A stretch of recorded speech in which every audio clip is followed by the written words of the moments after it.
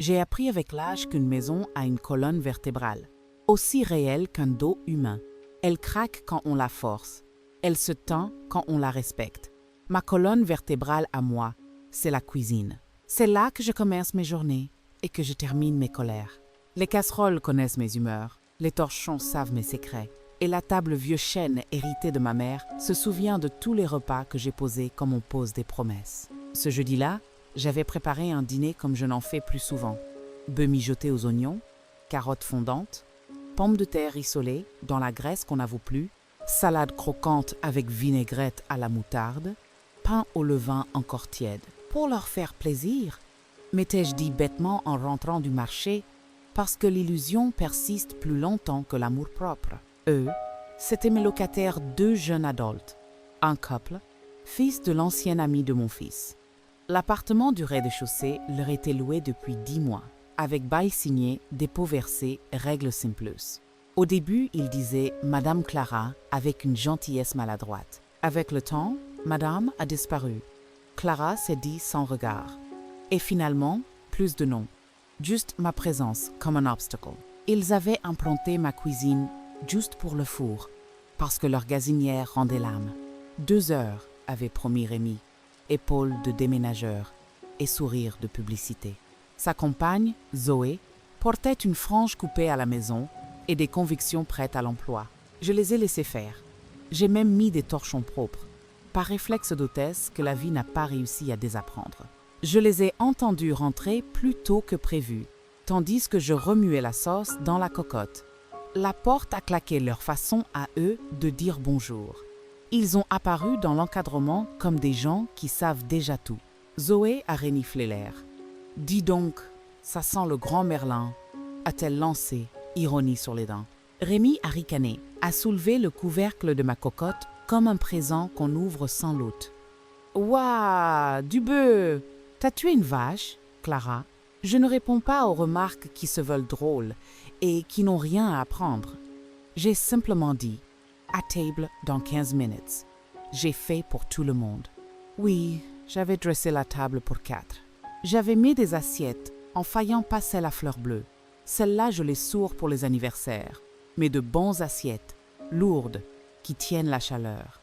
J'avais mis un bol de cornichons, parce que mon mari disait toujours qu'un repas sérieux a besoin d'un petit truc aigre pour se tenir droit. Ils ont échangé un regard de complot banal. Je l'ai reconnu. Le regard des enfants qui testent, sauf qu'ils n'étaient plus enfants, et que ce que l'on teste chez une vieille femme, c'est sa galerie de renoncement.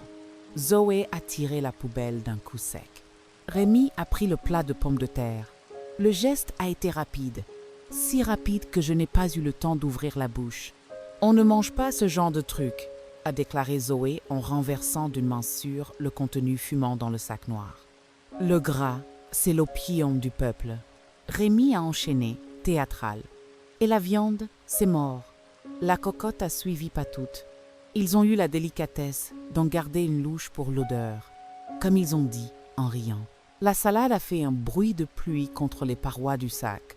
Le pain a été saisi comme un ballon et projeté, ricochet ridicule sur le plastique. Je suis restée droite. Mon corps a eu le réflexe de s'avancer.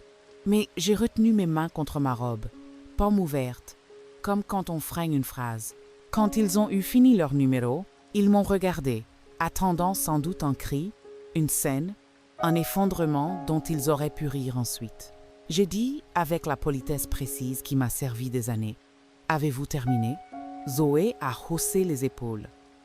Rémi a levé les 2 mains comme un magicien après son tour. « Détends-toi, Clara. On te rend service. On t'évite des maladies. »« J'ai vécu assez pour savoir lesquelles je tiens à risquer, » ai-je répondu. Puis j'ai pris un chiffon. J'ai essuyé calmement la table, comme on ferme un chapitre. J'ai ramassé une tranche de pain tombée à mi-chemin du sac. Je l'ai gardé dans ma main. Le pain ne mérite pas ce genre de chute. Ils se sont servi une bière dans mon frigo car bien sûr. Ils se servent. Ils ont allumé la télé du salon car bien sûr. C'est plus grand chez toi. Ils ont augmenté le son car bien sûr. Le monde doit couvrir les remords. Moi, je suis allée jusqu'à mon secrétaire, Vieux meuble noyé au tiroir capricieux, j'ai sorti la pochette bleue. Elle contenait ce qu'une femme garde quand elle a appris à ne plus se faire disposer. Capis du bail, lettre recommandée déjà partie pour les retards de loyer, mise en demeure non suivie d'effet, photos des dégradations avec la date imprimée dans le coin, et le papier blanc avec lettres noires. Commandement d'avoir à quitter les lieux. Je me suis approché du canapé. Il riait d'un sketch qui singeait des vieilles. Je n'ai pas attendu la fin. Rémi, Zoé, ai-je dit. Voici. Je leur ai tendu les papiers. Le moment a eu la précision d'un clic de serrure. Quand on a enfin la bonne clé, vous êtes assigné et vous êtes expulsé. J'ai obtenu la décision hier. L'huissier passera la semaine prochaine pour signifier la date de libération des lieux. Le visage de Rémi a perdu son habitude. Zoé a cligné des yeux, puis a tenté un rire qui n'a pas fini sa trajectoire. Quoi? Mais on t'avait dit qu'on régulariserait ce mois-ci. Vous l'avez dit 4 fois, ai-je répondu. Entre les loyers partiels, les voisins qui se plaignent de la musique à 2 heures du matin, les trous dans la cloison, que c'est pas nous, c'est des amis, et la porte d'entrée qu'on laisse ouverte comme un moulin. J'ai eu la politesse de ne pas parler des draps de l'étendage que Zoé me prenait parce que tu en as tant. Ce n'est plus une maison, c'est un port sans digue. Et ma maison a une colonne vertébrale. La mienne aussi. Rémi a essayé la menace. Ils essaient toujours. T'as pas le droit. On est protégé. On connaît nos droits. Et toi, tu vas te fatiguer. Je l'ai regardé en adulte. J'ai respecté vos droits depuis 10 mois. Vous respecterez ma décision pendant 10 jours. Puis, parce que j'éduque encore quand je peux. Un droit sans devoir, c'est une chaise bancale. Ça finit par faire tomber tout le monde. Ils se sont levés d'un bond. Les mots ont volé, collés d'injures, de boomers, de vieilles bourgeoises.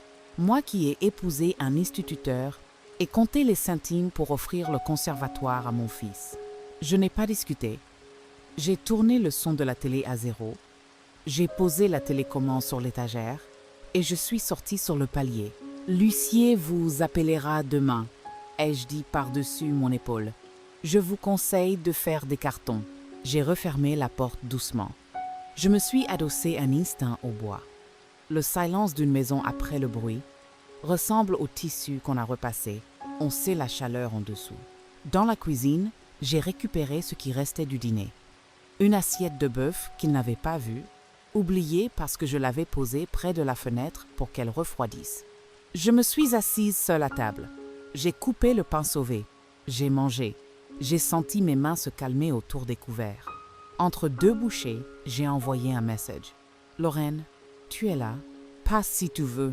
J'ai trop de bœufs et pas assez d'enthousiasme. Ma voisine, reine incontestée du rez-de-chaussée, a répondu avec son efficacité tendre. J'arrive avec un bocal de cornichons.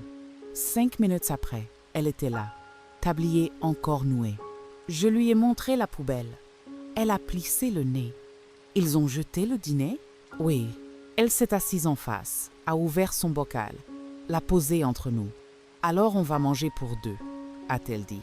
On a fait Tintin entre nos fourchettes comme les gamins qui jurent loyauté.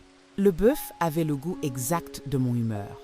Ferme, tenace, qui ne rend pas le jus au premier coup. En mangeant, je lui ai raconté. Elle a hoché la tête là où il fallait, a levé les yeux au ciel au moment des insultes. « Tu as bien fait », a-t-elle dit. Les maisons se vidant quand les femmes se taisent. Vast is not of the company. Après son départ, j'ai lavé la cocotte et l'ai rangée avec un soin de cérémonie. J'ai noté la scène dans mon cahier jaune, celui qui garde la mémoire des jours importants. Ils ont ri en jetant mon dîner.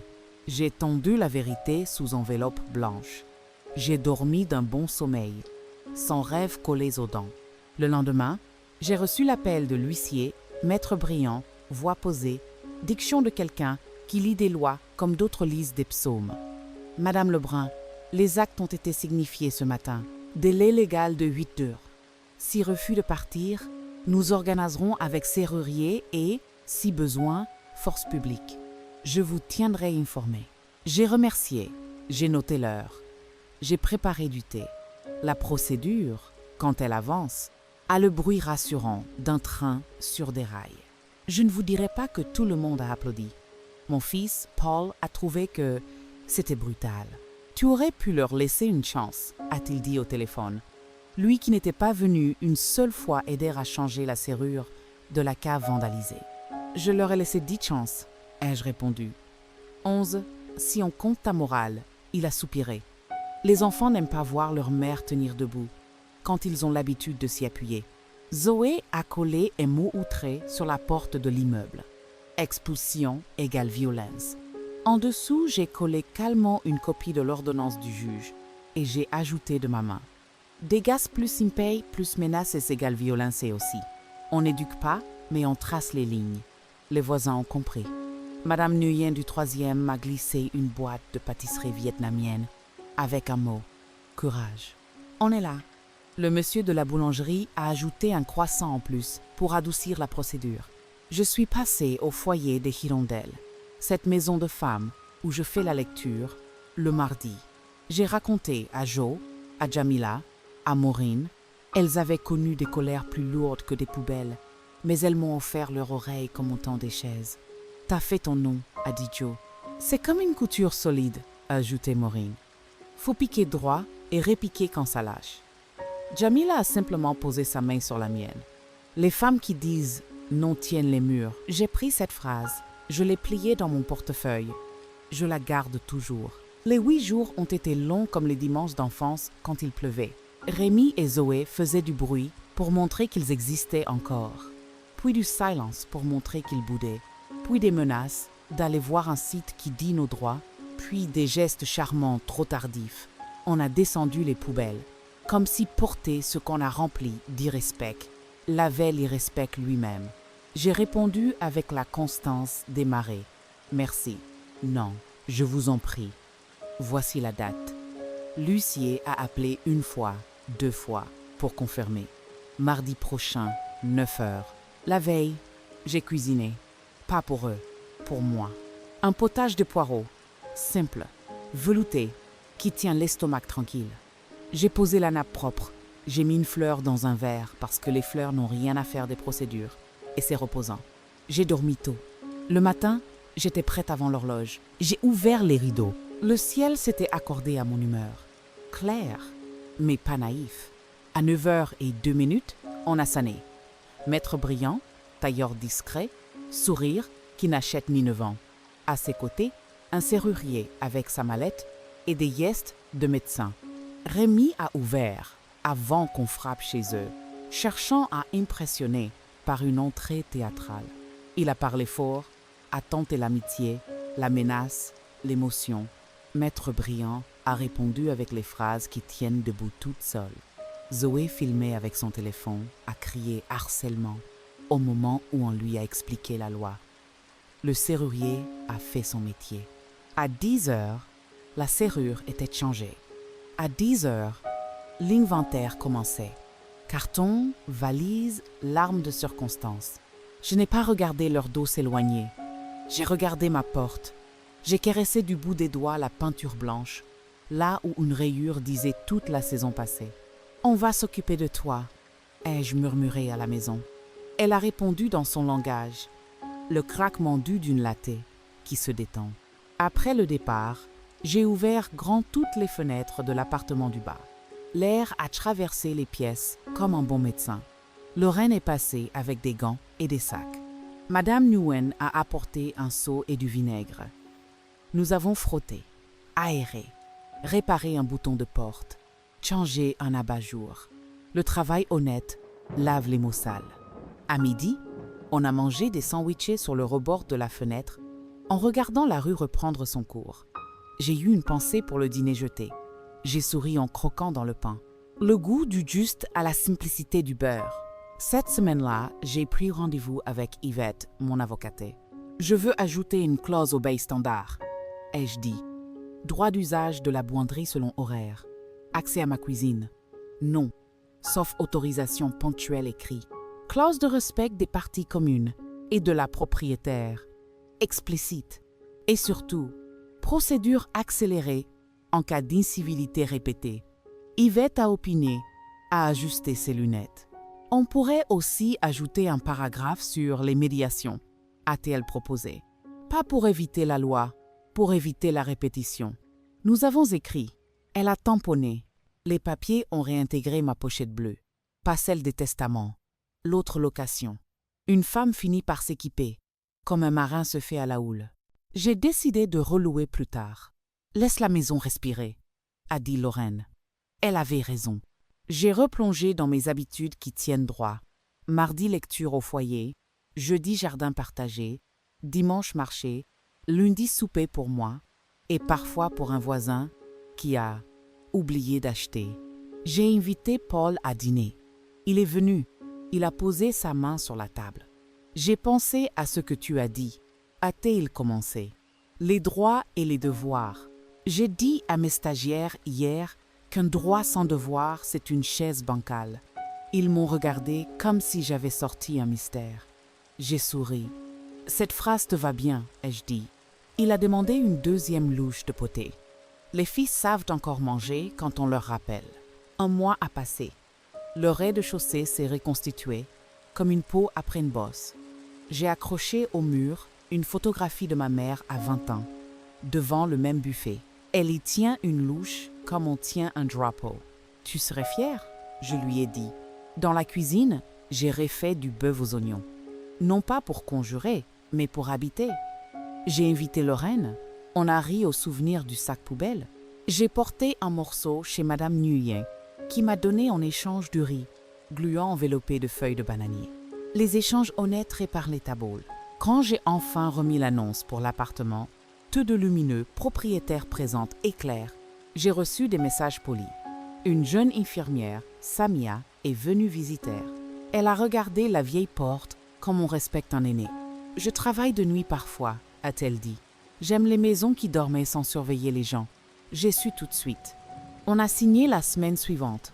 Le jour où elle a éménagé, elle a frappé à ma porte avec un plat en aluminium. C'est de la chorba, a-t-elle expliqué. Ma mère dit toujours, quand on entre, on apporte une soupe. J'ai ri avec mes rides. Votre mère sait vivre, ai-je dit. Nous avons partagé la soupe dans ma cuisine. Elle a pris la chaise de gauche, celle qui a connu plus de confidence. La conversation a coulé sans effort. Ma maison a reposé sur ses pieds. Parfois, il m'arrive encore de rêver de la scène du sac poubelle. Dans le rêve, je tiens ma cocotte, je la protège, je la range dans une armoire haute, hors d'atteinte des mains qui jettent. Puis je me réveille et je me souviens. Je n'avais pas besoin de mettre la cocotte en hauteur. J'avais besoin de tenir ma colonne. L'expulsion n'a pas été une vengeance. Les vengeances salissent les mains qui les portent. Ça a été un soin. On dit procédure. On devrait dire rééducation de la maison. Ce soir, la table est mise pour deux. Lorraine vient regarder un vieux film sur mon lecteur DVD capricieux. J'ai fait un gratin dauphinois que personne ne jettera. J'ai éteint la lumière du couloir. J'ai allumé la petite lampe au pied de la plante. La maison respire avec moi. On sonne. J'arrive. Je lance, en lissant machinalement la nappe. Avant d'ouvrir, je pose la main à plat sur le bois de la porte, comme on dit merci. Puis j'ouvre. Les rires qui entrent ont une autre couleur. Ils n'abîment rien, ils tiennent chaud. Et si un jour quelqu'un rit en jetant encore quelque chose ici, j'ai appris la leçon. Je sortirai la pochette bleue. Je dirai non. Et je mangerai mon dîner avec ceux qui savent le goût du respect.